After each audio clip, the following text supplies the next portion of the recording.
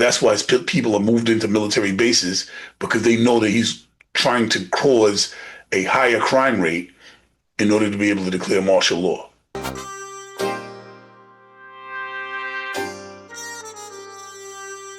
Hello, and welcome to the Think Tank, where we use critical thinking, deductive reasoning, just a pinch of common sense to draw unbiased logical conclusions. Today, I'm here to talk about the fact that Trump is planning on declaring martial law. Other channels are not talking about this, but here are the facts.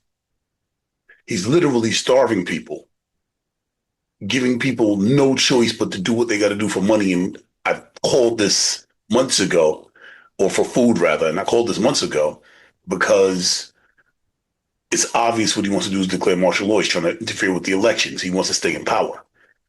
So he stripped food away illegally. The judges ordered him to do it. He said he's not going to do it.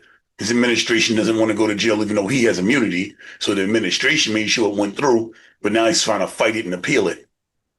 He's saying that he wants the government to open back up, but he still refuses to allow the House to come back and swear in Adelita Grahava. Of course, because then if the Epstein files will get released in something called a discharge, which just means they'd be able to bring the bill to the floor and let people actually, because right now it's in a little conference room on the side and they, talking about it in there, but she comes in and she votes for the discharge and then everybody gets to vote. And then once everybody votes, they have to release the paperwork. So of course, Adelita Grahava is being swearing in to represent her constituents where she was voted in over a month ago is being detained. Why is Trump's administration moving on a military basis while they're taking food away from people? It's because they want to disgruntle the population. No one is talking about it, but that's what they're doing. They're setting up, he's already sending troops in. The judges are trying to block him sending troops in. So now he needs a reason to send troops in.